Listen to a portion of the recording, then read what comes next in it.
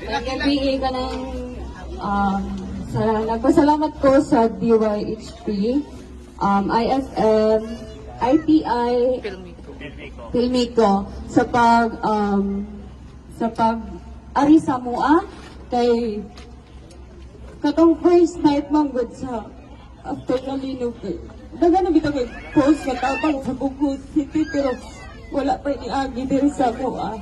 And bukid ba sa dagang sa tao diri kang sa tabangunan and walay naka-notice ba, walay ni Sud.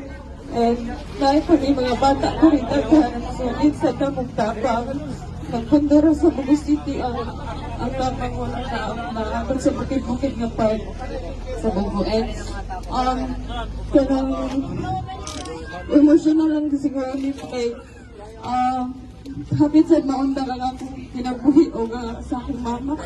Na-trap man din sa balay na tumatay. And nagpasalamat nga nakagawas ka. And diba ko nga sila thankful sila nga naabot mo sa amo ang purok. Isunod mo sa among purok. Bisan gabi na kayo, bisan si Sir nagsipanawag sa mga kung maagian na ba ang dalan.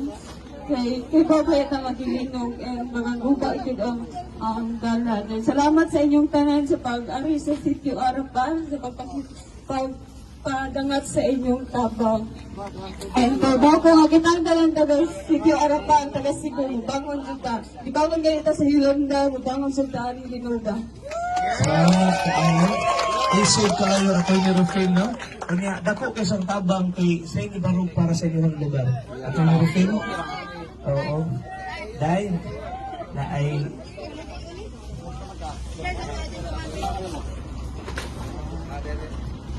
na-trap down sila, Atty.